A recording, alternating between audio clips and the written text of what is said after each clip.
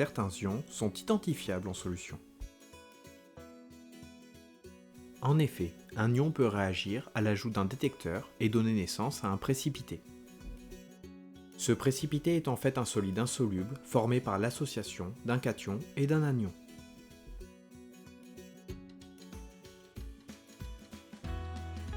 La couleur de ce précipité va permettre de remonter à la nature de l'ion présent en solution.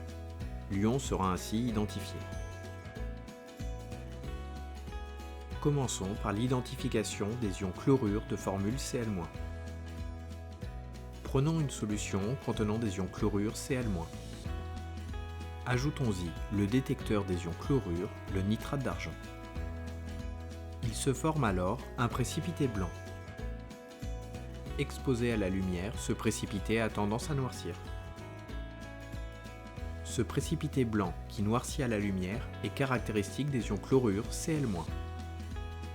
Passons ensuite à l'identification des ions cuivre 2 de formule Cu2+. Prenons une solution contenant des ions Cu2+.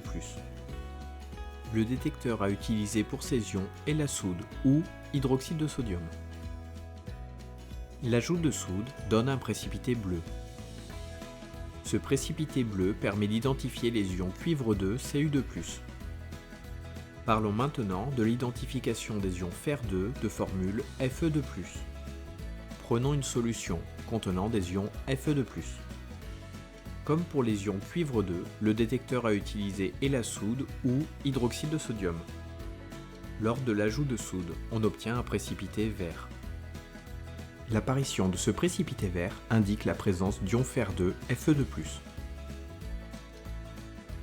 Continuons avec du fer, mais cette fois-ci avec les ions fer 3 Fe3+.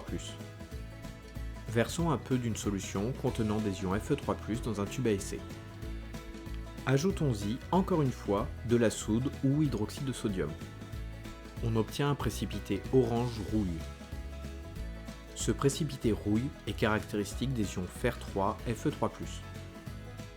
Découvrons enfin le test d'identification des ions zinc 2 Zn2+. Prenons un tube à essai contenant les ions Zn2+. Ajoutons-y encore une fois de la soude. On obtient alors un précipité blanc.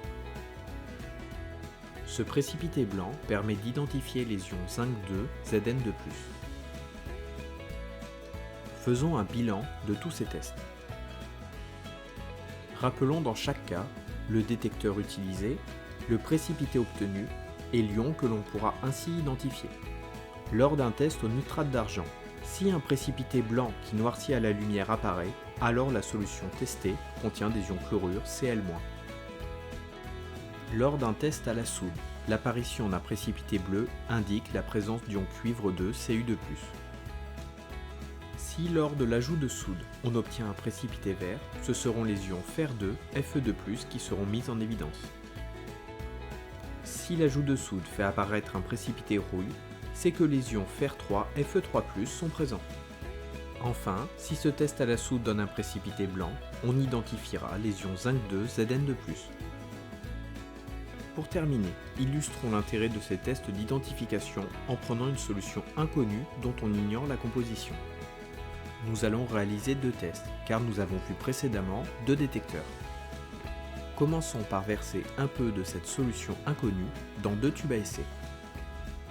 Dans le premier tube, réalisons un test au nitrate d'argent. On obtient un précipité blanc qui, exposé à la lumière, va noircir. Dans le second tube, ajoutons un peu de soude. Un précipité vert apparaît. Le résultat du test au nitrate d'argent indique la présence d'ion chlorure Cl-. Le test à la soude indique quant à lui la présence d'ion fer 2 Fe2+. Désormais, la solution n'est plus inconnue. Il s'agit d'une solution de chlorure de fer 2 contenant des ions chlorure Cl- et des ions fer 2 Fe2+. Ces tests sont donc bien pratiques. Ils peuvent, nous venons de le voir, nous aider à déterminer la composition d'une solution inconnue. Ils pourront également être utiles pour comprendre ce qui a pu se passer par exemple lors d'une réaction chimique. Il est donc important de bien connaître ces tests et de savoir les interpréter.